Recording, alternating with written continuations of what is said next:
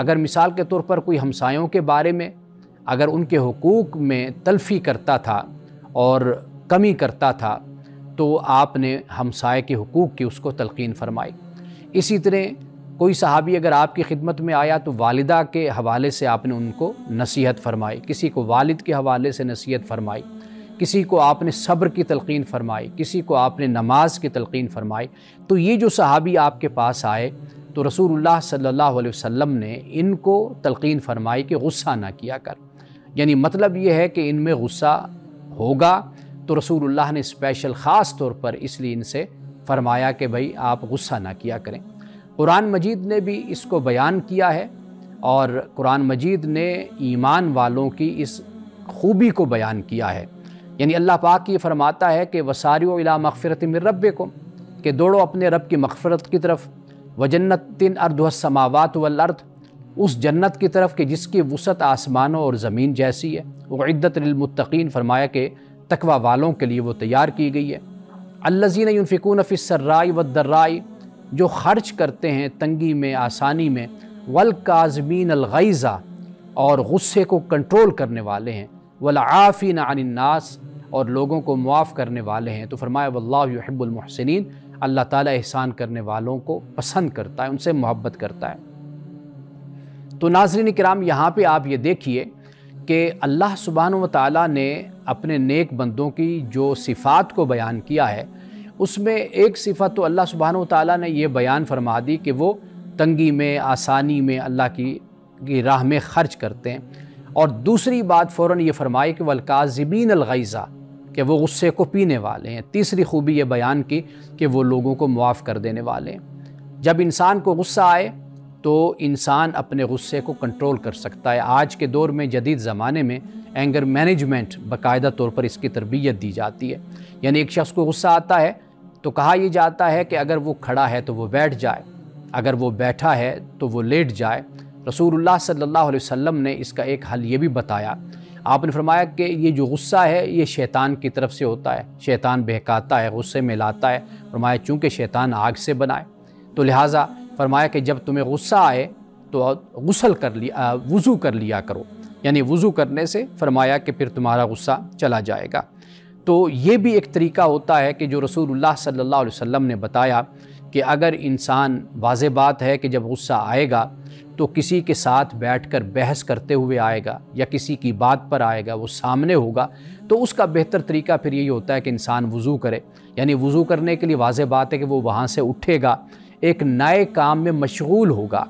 اس کام کو چھوڑ کر جس کی وجہ سے اسے غصہ آیا، ایک نیا کام بھی شروع کرے گا۔ پھر پانی کا اپنا اثر ہوتا ہے، قرآن مجید نے پانی کے اثر کو بیان بھی کیا ہے کہ اگر ایک انسان اونگ میں ہوتا ہے یا اس کے جسم پر میل ہوتی ہے وہ ختم ہو جاتی ہے، تو اس سے بھی انسان بعض اوقات اپنی میل سے، اپنی اکتاہٹ سے، اپنی تھکاوٹ سے بھی انسان غصے میں آتا ہے، یعنی اس کی طبیعت میں جو چڑچڑاپن پیدا ہوتا ہے وہ بعض اوقات انسان کے اندر کا معاملہ، داخلی معاملہ ہوتا ہے کہ جس کی وجہ سے وہ غصے میں آتا ہے۔ تو رسول اللہ صلی اللہ علیہ وسلم نے جب یہ فرما دیا کہ بھئی آپ وضو کر لیا کرو، مطلب یہ کہ وہاں سے اٹھ کر جائے گا، ایک نیا فعل سر انجام دے گا، پھر جا کر بیٹھے گا، پھر پانی ٹھنڈا ہوگا، جیسا بھی ہوگا اس سے اپنے ہاتھوں کو دھوئے گا، اپنے چہرے کو دھوئے گا، کلی کرے گا، ناک صاف کرے گا، پاؤں دھوئے گا۔ اب یہ تقریباً اس نے جسم کا کافی حصہ اس نے دھو لیا، کہ جس سے خود بخود ایک نفسیاتی طور پر بھی انسان کی شخصیت پر، اس کی ذات پر اچھا اثر پڑتا ہے۔ تو رسول اللہ نے یہ بھی فرمایا کہ وضو کرنے سے انسان کا غصہ چلا جاتا ہے۔ تو ناظرین کرام، یہ بات ہمیں سمجھنی چاہیے کہ یہ چھوٹی چھوٹی سی باتیں ہوتی ہیں کہ جہاں سے جھگڑا طول پکڑتا ہے، یعنی انسان غصے میں آتا ہے، طیش میں آتا ہے۔ ہم نے یہ دیکھا ہے، ہم نے یہ پڑھا ہے، یہ ہمارا مشاہدہ و تجربہ ہے کہ انسان کو شدید غصہ آیا اور شدید غصے کی حالت میں اس نے ایک ایسا کام سر انجام دے دیا کہ جو پھر اس کے لیے ساری زندگی کے لیے پچھتاوا بن گیا۔ یعنی جیسے کسی شاعر نے کہا کہ لمحوں نے خطا کی تھی، صدیوں نے سزا پائی۔ پھر یہ صورتحال ہو جاتی ہے کہ انسان غصے میں آ کر، طیش میں آ کر اپنے ہاتھوں کو اٹھا لیتا ہے، کبھی اس کے ہاتھ میں کوئی ایسی چیز ہوتی ہے جس سے سامنے والے کی جان چلی جاتی ہے، کبھی بڑا نقصان پہنچا دیتا ہے۔ پھر اس کے بعد ہوتا کیا ہے، آپ دیکھیے کہ جب پولیس اس کو پکڑتی ہے جب اس سے کوئی انٹرویو ہوتا ہے، اس سے بات کی جاتی تو وہ کہتا ہے کہ بس یہ میری غلطی ہے، مجھے اس وقت ہوش ہی نہیں رہا کہ میں نے یہ کیا کام کر دکھایا۔ تو اس لیے ہمیں یہ چاہیے کہ ہم اپنے غصے کو مینیج کریں، اس سے انکار نہیں کیا جا سکتا، یہ انسان کی بہت بڑی طاقت ہوتی ہے غصہ، یہ بات بھی یاد رکھیے، انسان کے اندر ایک طاقت ہے۔ اب اسی طاقت کو انسان دونوں طریقوں سے استعمال کرتا ہے، منفی بھی استعمال کرتا ہے اور اس کو مثبت بھی استعمال کرتا ہے، تعمیر کے لیے بھی کرتا ہے، اس کو تخریب کے لیے بھی کرتا ہے، اور اس کو اچھے راستے اصلاح کے لیے بھی کرتا ہے، اس کو فساد کے لیے بھی کرتا ہے۔ تو غصہ بھی انسان کی ایک طاقت ہے، اس طاقت کو آپ کسی اچھی جگہ پر بھی استعمال کر سکتے ہیں۔ تو رسول اللہ صلی اللہ علیہ وسلم نے ہمیں اپنے غصے کو مینیج کرنے کا طریقہ سکھایا۔ ہمیں یہ نہیں فرمایا کہ غصہ کرو ہی نہ، یہ تو ممکن ہی نہیں ہے کہ انسان کو غصہ نہ آئے، غصہ تو آئے گا۔ قرآن بھی یہ کہتا ہے وَالْقَاظِمِينَ الْغَيْظَ، کہ غصے کو کنٹرول کرنے والے۔ یہ نہیں کہا کہ مومنین میں غصہ ہوتا ہی نہیں ہے، فرمایا غصے کو کنٹرول کرنے والے۔ تو ناظرین کرام، آج کی سیرت کے اس پہلو سے ہمیں یہ سبق ملتا ہے کہ ہمیں چاہیے کہ ہم ہر حالت میں اپنے غصے کو مینیج کریں اور اپنے غصے کو اور اپنی طبیعت کے اندر اس تیزی کو ہم مثبت طریقے سے اپنی ترقی کے لیے اور اپنی اصلاح کے لیے استعمال کریں۔ ناظرین کرام، یہاں وقت ہوا چاہتا ہے ایک بریک کا، ہمارے ساتھ رہیے۔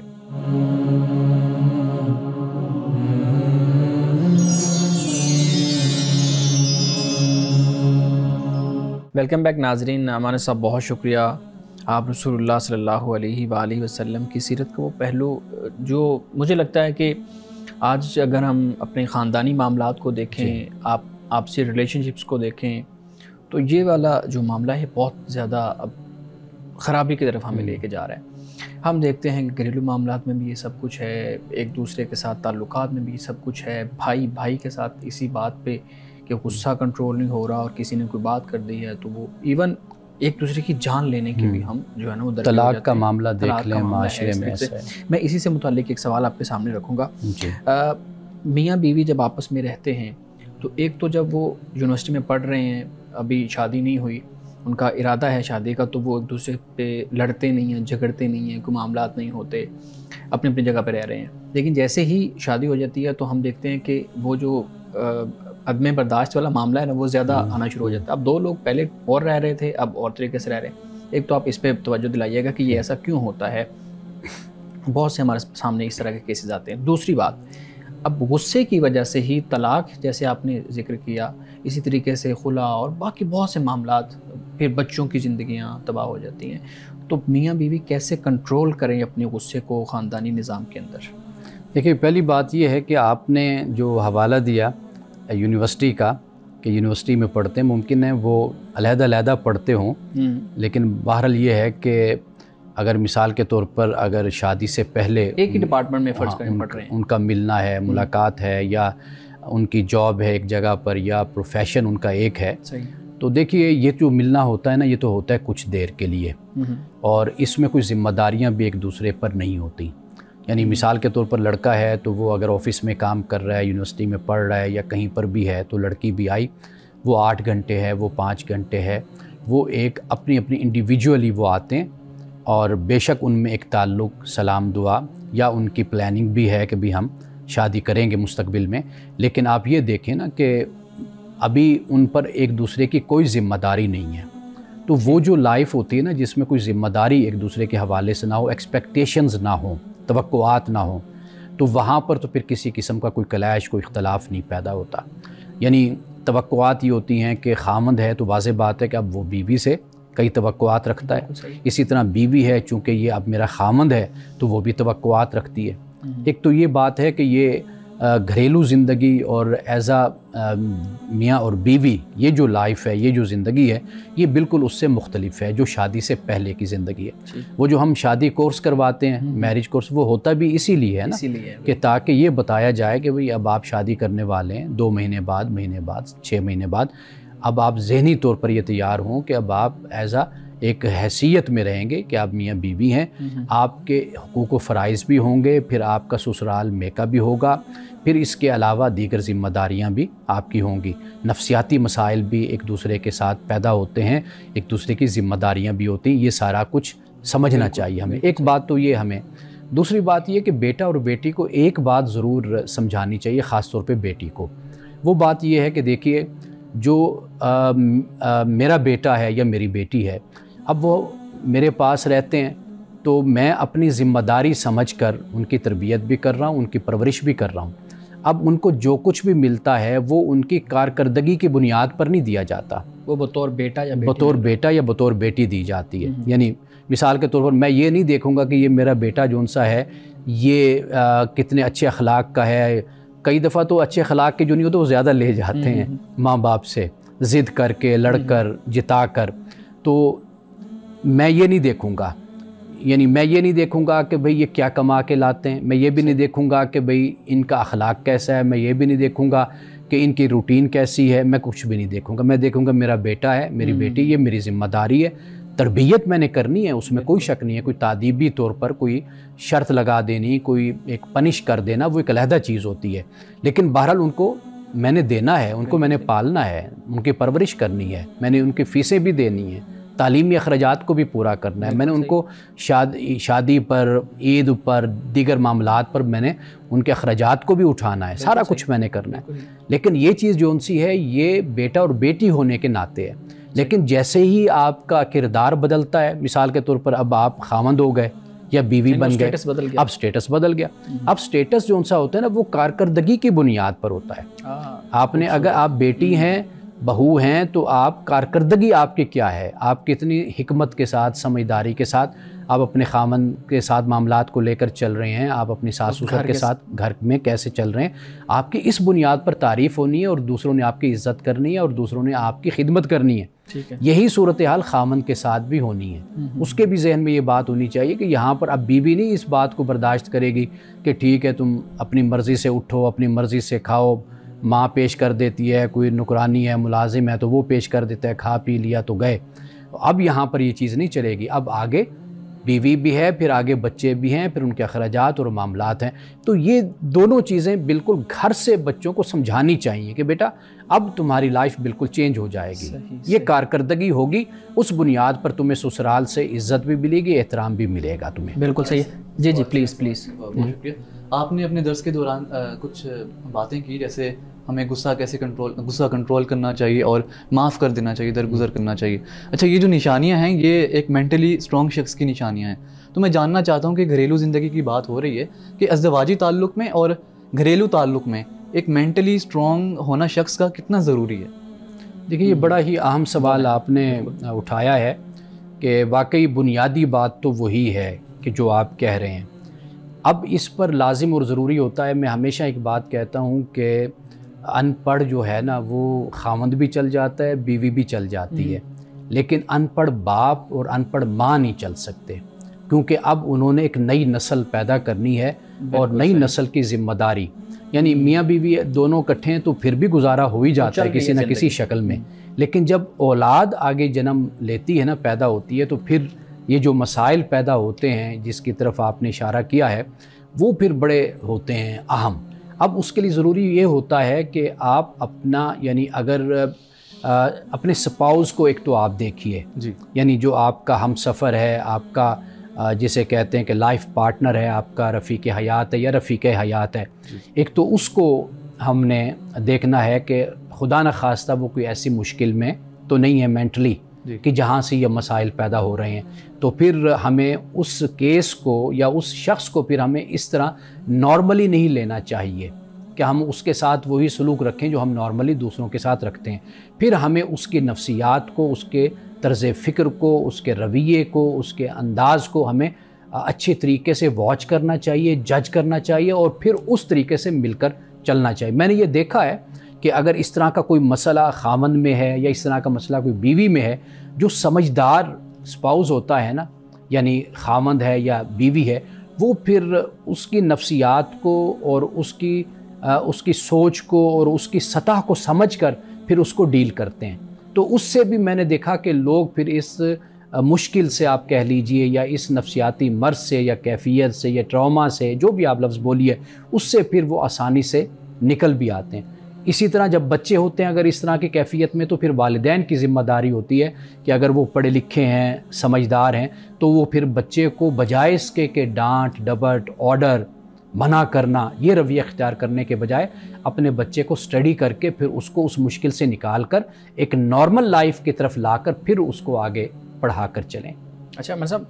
میں نے اپنے پہلے سوال میں ایک شکر رکھی تھی، تو آپ اس پہ بھی میں چاہوں گا کہ ضرور توجہ دلائیں، کیونکہ ہمارے ہاں بہت زیادہ مسائل ہیں اس طرح کے۔ میاں اور بیوی برداشت کی بات تو ہو گئی کہ یہ اصل میں رویہ پیدا کیوں ہوتا ہے ہمارے ہاں کے پہلے بطور دوست اکٹھے رہ رہے ہیں، کوئی مسئلہ نہیں ہوا، کبھی کوئی چپکلش ہو گئی لیکن وہ حل ہو گیا، لیکن جیسے ہی میاں بھی بنے ہیں تو اب مسائل بگڑ گئے ہیں۔ اس پہ آپ نے بات کی، میں یہ چاہوں گا کہ آپ یہ بھی بتائیں کہ اگر فرض کریں غصہ آتا ہے مرد کو، باہر سے جاب کا ہے، اپنے کاروبار کا ہے، کوئی اور مسائل ہو سکتے ہیں، یہ بھی ہو سکتا ہے کہ ٹریفک میں پھنس گیا، گھر پہنچنا تھا 7 بجے 10 بجے گھر پہنچے تو وہ انسان کو غصہ اور یہ چیزیں آ گئی، اب گھر آتے 2-3 اور مسائل بھی ہیں، اب وہ ایسے ہے جیسے وہ ایک دوسرے کے سامنے وہ مقناطیس کے وہ دونوں سرے آ کے کھڑے ہو گئے، بس وہ ماچس لگانے کی دیر ہے تو وہ ایک چھولا بھڑک اٹھتا ہے اس طرح۔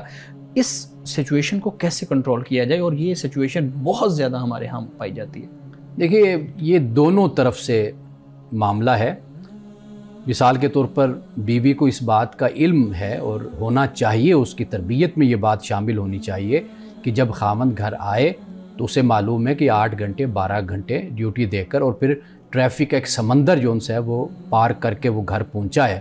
واضح بات ہے کہ اس کی کچھ کیفیت ہوگی، بے شک وہ مرسڈیز پر ہو،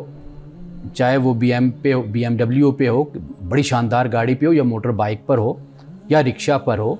لیکن یہ ہے کہ بہرحال ایک تھکاوٹ اور یہ پریشانی ہر شخص کے ساتھ ہوتی ہے، اور پھر سفر کر کے ٹریفک کا وہ گزر کر گھر پہنچا ہے، تو سب سے پہلے تو بیوی کو اپنا رویہ اس حوالے سے درست رکھنا چاہیے،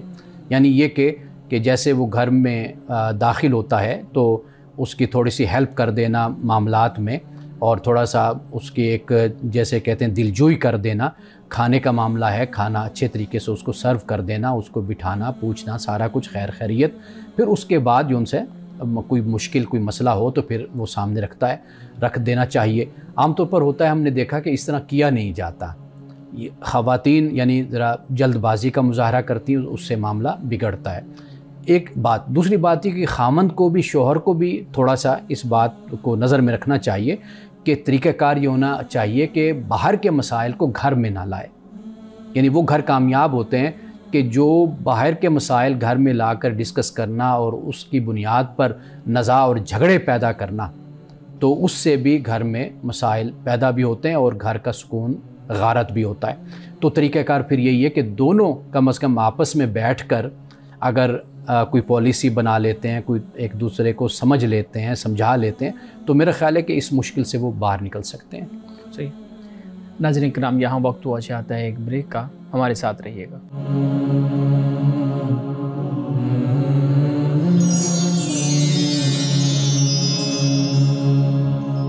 پروگرام میں ایک دفعہ پھر خوش آمدید۔ امانہ صاحب،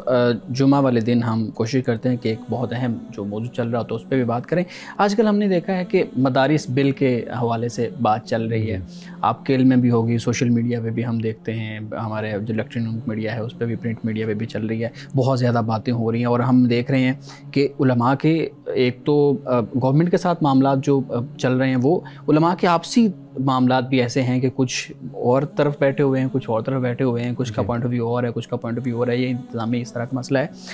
آپ کی اس سارے مسئلے پہ، اس سارے معاملے پہ کیا رائے ہے کہ اس کو کس طریقے سے آپ دیکھتے ہیں؟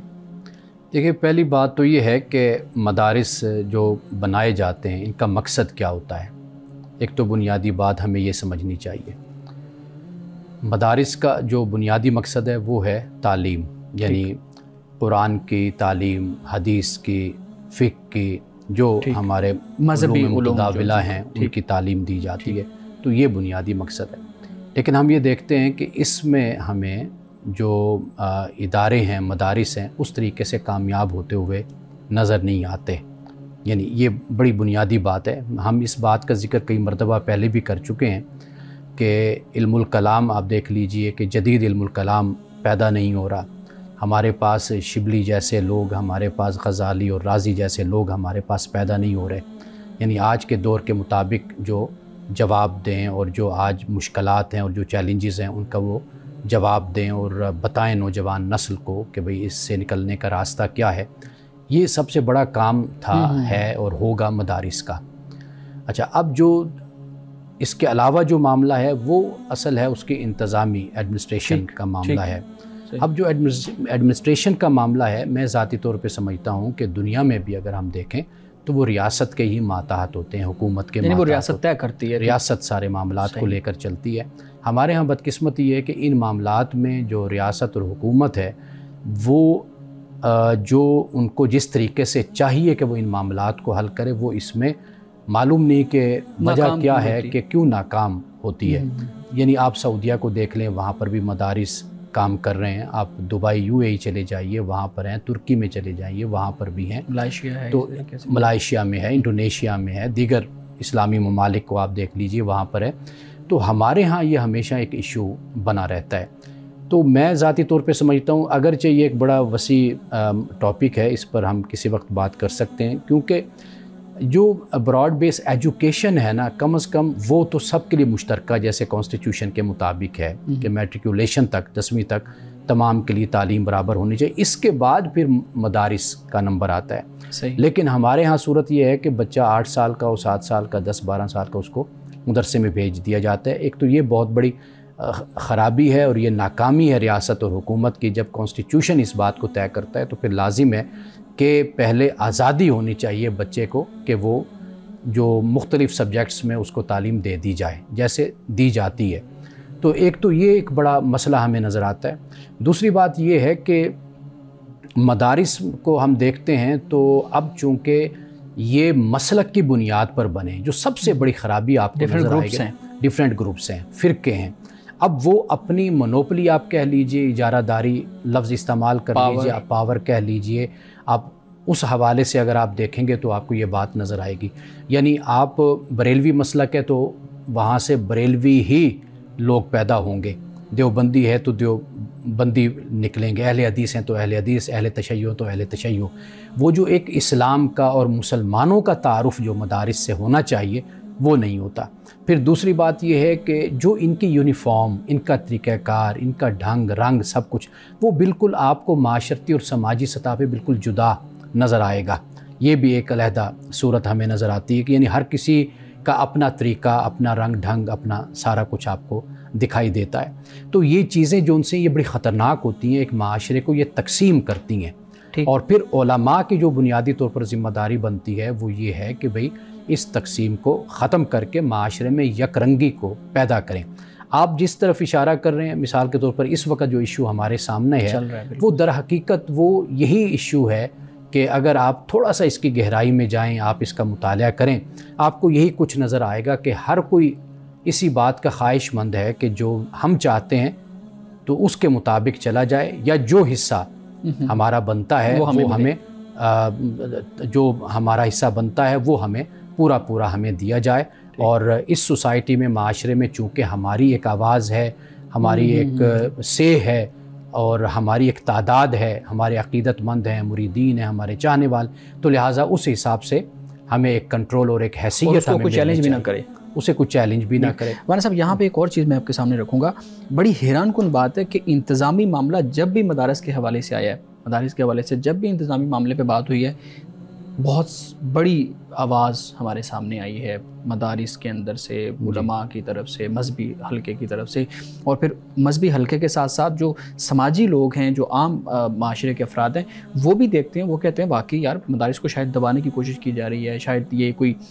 خاص ایجنڈے کے تحت گورنمنٹ اس کو ختم کرنا چاہ رہی ہے، تو وہ بھی ان کے ساتھ مل جاتے ہیں. لیکن ہم نے دیکھا ہے کہ اکیڈیمکلی چیزوں کو ڈسکس کیا جائے، جس طرف آپ توجہ دلا رہے ہیں، وہاں پہ کوئی بات نہیں ہوتی، نصاب پہ کوئی بات نہیں ہوتی. سب اس بات پہ ایگری ہیں کہ یس اس نصاب کے اندر کچھ نہ کچھ چیزیں تبدیل ہونی چاہیے، لیکن اس پہ کبھی کوئی ہم نے نہیں دیکھا، کوئی تعلیمی کانفرنس نہیں اس پہ دیکھی، کوئی قومی پالیسی اس پہ نہیں دیکھی. مدارس کیوں جو نان ایشو چیزیں ہیں ان کو ایڈریس کیا جا رہا ہے، اور جو اصل ایشوز ہیں ان کو کیوں ایڈریس نہیں کیا جا رہا؟ دیکھیے آپ نے تو کہا نا کچھ نہ کچھ تبدیلی. میں تو کہتا ہوں کہ ریفارمیشن نہیں ہے یہاں، تو ریوائولزم ہے، ریوائول ہونا چاہیے. جی بالکل، یعنی اس کو حالات اور وقت کے تقاضوں کے مطابق اس کو ڈھالنا چاہیے. ابھی تک ہم 200-300 سال پہلے والی جو کتابیں ہیں ابھی تک ہم اسی کو ہی پڑھا رہے ہیں. اور یہ جو آپ کہہ رہے ہیں نا کہ تعلیمی کانفرنس وغیرہ، آپ دیکھیں یونیورسٹیز کرواتی ہیں، سارے ادارے کرواتے ہیں، مدارس کے نہیں ہوتے. اس لیے کہ ہم نے یہ طے کیا ہوا ہے کہ یہ غیر متبدل نظام تعلیم ہے، اس پر تو کوئی بات نہیں کر سکتا. گویا کہ اگر کسی نے اس پر بات کی تو یہ ایک سازش ہو جائے گی اسلام کے خلاف. اچھا، یہ سازش آپ کو سعودیہ میں بھی نظر نہیں آئے گی، آپ کو یہ سازش UAE میں بھی نظر نہیں آئے گی، انڈونیشیا میں بھی نظر نہیں آئے گی، ملائیشیا میں بھی نظر نہیں آئے گی. حکومت اور ریاست علماء کے ساتھ مل کر اس پر باقاعدہ پالیسی بنا کر اور تبدیلی، ریفارمیشن بھی لاتی رہتی ہے. ایک بات، آخری بات اس حوالے سے میں یہ عرض کروں گا، اور یہ بڑی اہم بات ہے کہ ہماری حکومت کو، ریاست کو یہ چاہیے کہ علماء کو ان کے مرتبے اور مقام کے مطابق ان کو عہدے بھی دے. یعنی مثال کے طور پر دیکھیے کہ جدید علماء موجود ہیں ہمارے پاس، یعنی جنہوں نے جامعات سے بھی تعلیم حاصل کی، مدارس سے، جنہوں نے یونیورسٹی سے بھی تعلیم حاصل کی، ڈاکٹریٹ بھی کی، باہر سے بھی پڑھ کر آئے، دونوں طرح کا ایکسپوئر، دونوں طرح کا ان کو ایکسپوئر حاصل ہے. آپ دیکھیے کہ وہ کچھ نہیں کر پا رہے.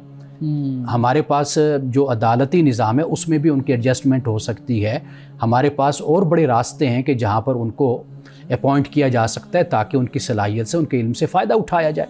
جب آپ ایک اچھی بھلی تعداد کو جب آپ ایڈجسٹ نہیں کرتے بلکہ آپ ان کو سیاسی مفاد کے لیے استعمال کرتے ہیں، مثال کے طور پر مختلف ادارے بن گئے. جیسے ڈاکٹر جاوید اقبال صاحب بتاتے ہیں اپنی کتاب میں کہ بھئی میں ایوب خان سے جب میں ملا اور باہر سے میں پڑھ کر آیا تو مجھے وہاں پر ایک تحقیقی ادارہ تھا اس وقت ایوب خان سے نے قائم کیا تھا، تو میں نے کہا کہ مجھے آپ اس کا چیئرمین بنا دیں تاکہ میں تحقیق میں، ریسرچ میں کام کروں اور پاکستان میں جو مسائل پیدا ہوں ان پر ہم تحقیق کر کے اسمبلی کو دیں. تو ایوب خان نے کہکا لگایا، اس نے کہا کہ بھائی میں نے تو یہ جو بنائے تو صرف مولویوں کو خوش کرنے کے لیے میں نے بنایا ہے. اب یہ جو سوچ ہمارے ہاں حکومتی سطح پر، ریاستی سطح پر چلے گی کہ بھئی آپ نے صرف اس خاص طبقے کو خوش کرنا ہے، انگیج کرنا ہے تاکہ یہ آپ کے خلاف اٹھے نہ، کھڑے نہ ہوں، آپ کے خلاف بات نہ کرے، یہ جب سوچ ہوگی تو آپ دیکھیے کہ اتنا بڑا ٹیلنٹڈ جو طبقہ ہے وہ پھر اصل اپنے حق سے محروم ہو جاتا ہے. اور وہ لوگ جو سیاسی بنیادوں پر، آپ خود اس کے گواہ ہیں کہ سیاسی بنیادوں پر پھر لوگوں کی اپوائنٹمنٹ ہوتی ہے، ان کو لایا جاتا ہے. میں ذاتی طور پہ جانتا ہوں کہ ان کے اندر کوئی صلاحیت نہیں علمی حوالے سے، تحقیقی حوالے سے، لیکن صرف یہ ہے کہ ایک طبقے کو، ایک مسلک کو، ایک فرقے کو، ایک مکتبے کو خوش کرنے کے لیے ان کی اپوائنٹمنٹ کی جاتی ہے. ناظرین کرام، یہاں وقت ہوا چاہتا ہے ایک بریک کا، ہمارے ساتھ رہیے گا.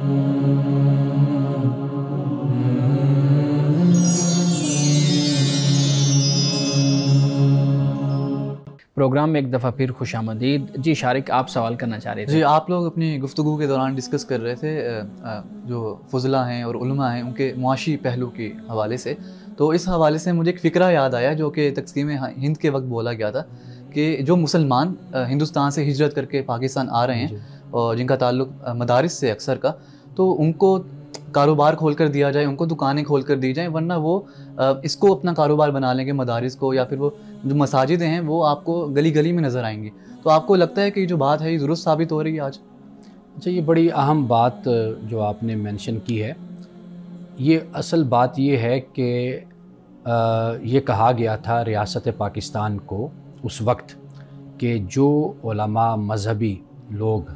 پاکستان ہجرت کر کے آ رہے ہیں جی، ان کو کاروبار کے چھوٹے چھوٹے یونٹ بنا کر دیے جائیں. اگر ان کو کاروبار میں نہ ان کو مصروف کیا گیا تو پاکستان کی پھر گلی گلی میں 3-4 مسجدیں ہوں گی اور پھر وہاں سے فرقہ واریت اور اختلاف اور پھر تشدد پھیلے گا. یہ بات کہی گئی تھی تقسیم ہند کے وقت جب پاکستان وجود میں آیا. یہ حقیقت ہے، یہ بات ایسا ہی ہوا ہے. دنیا میں آپ دیکھ لیجئے کہ مساجد ہمیشہ ریاست کے کنٹرول میں ہوتی ہے. یعنی آپ اسے کہہ لیجئے کہ جیسے جمعہ کا خطبہ ہے، اپوائنٹمنٹ ہوتی ہے خطیب کی، وہ بھی ریاست کرتی ہے، یا حکومت آپ کہہ لیجئے وہ بھی حکومت ہی ہوتی ہے، تو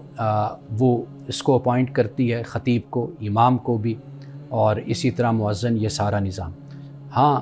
اور کچھ نہیں تو جمعے کا جو معاملہ ہوتا ہے یہ ریاست اس کا انتظام کرتی ہے، اور خود جو حکمران ہوتے ہیں وہ مسجد میں خطبہ دیتے ہیں.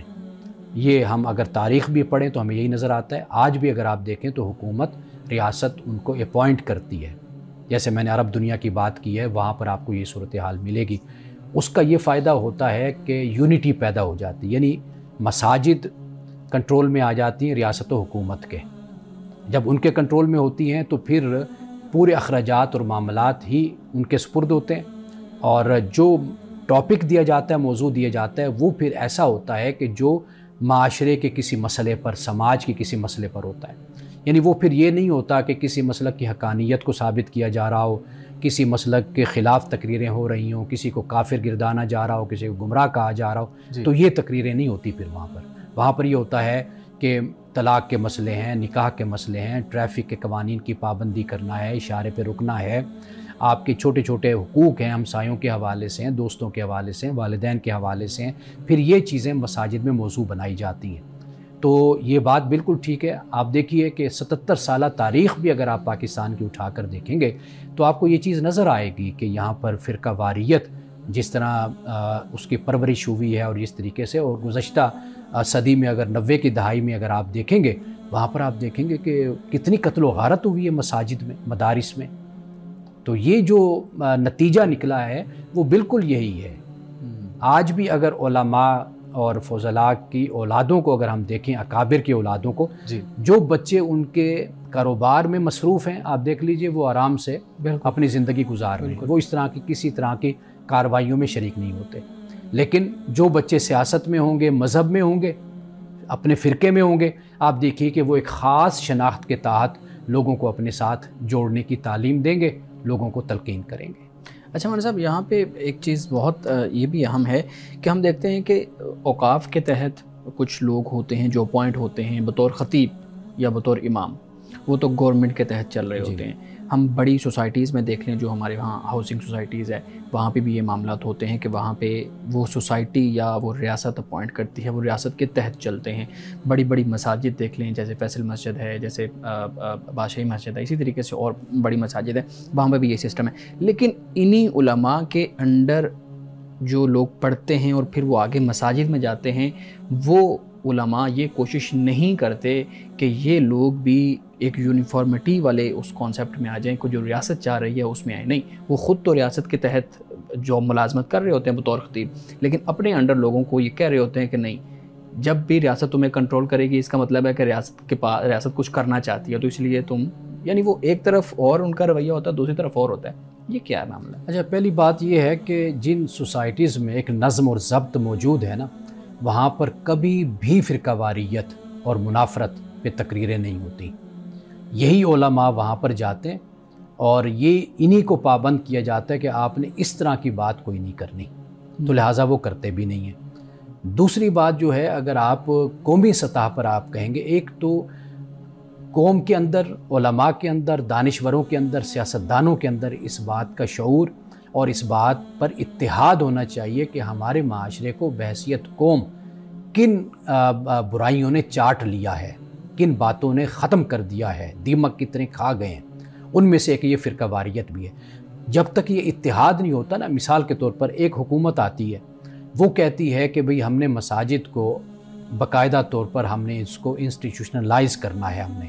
ٹھیک ہے نا، سسٹم کے تحت لے کے سسٹم کے تحت لانا ہے. اب خود سیاستدان جو دوسرے ہوتے ہیں اپوزیشن، وہ خود اس حکومت کی مخالفت کر رہے ہوتے ہیں کہ یہ ایسے نہ، ان کے پیش نظر صرف اتنی بات ہوتی ہے کہ بھئی ہمیں کسی طرح پھر اقتدار مل جائے، یعنی اس کی حکومت کا تختہ ہم الٹ دیں اور ہم ان کی جگہ اقتدار، وہ صرف اپنے اقتدار کو دیکھ رہے ہوتے ہیں. ایسے موقعوں پر اپوزیشن کو بھی چاہیے، سب کو چاہیے کہ وہ حکومت کا ساتھ دے، تاکہ یہ جو معاملہ ہے اس کو یونیفارمٹی کے ساتھ، یونٹی کے ساتھ اس کو حل کر لیا جائے، ہم آہنگی کے ساتھ. اس طرح کا کوئی نہیں ہوتا. حکومت ایک کرنا چاہتی، قدم اٹھاتی، یہی حکومت جب اپوزیشن ہوتی ہے تو یہ بھی اسی طریقے سے مخالفت کر رہی ہوتی ہے. ایک تو یہ بات. دوسرا یہ کہ پالیسی کا تسلسل ہمارے ملک میں کبھی نہیں ہوا. ہر حکومت جو بھی آئے گی آپ دیکھیے گا وہ اپنے ہی چاہے گی کہ تختی لگے اور سارے کام اس کے نام سے ہوں. بے شک منصوبہ پرانا ہوتا ہے لیکن کوشش یہ ہوتی ہے کہ سب کچھ ہم اپنے لوگ رکھ دیں. منصوبہ ریاست کا نہیں، حکومت کا یعنی وہ اس سے بہت سے مسائل پیدا ہوتے ہیں. تو اگر ہم مل کر سب بیٹھ کر اس ایشو کو ہم حل کریں کہ یہ جو مساجد ہیں ان کو مکمل طور پر اس طریقے سے ایک سسٹم کے تحت لایا جائے تاکہ یہ معاشرے کی اصلاح اور بہتری کے لیے اپنا کردار ادا کریں، نہ یہ کہ معاشرے کو مزید یہ تقسیم کریں. بالکل صحیح ہے. امان صاحب آج کی حدیث مبارکہ بیان کیجیے گا. بسم اللہ الرحمن الرحیم. یہ حدیث سنن ابن ماجہ کی حدیث ہے.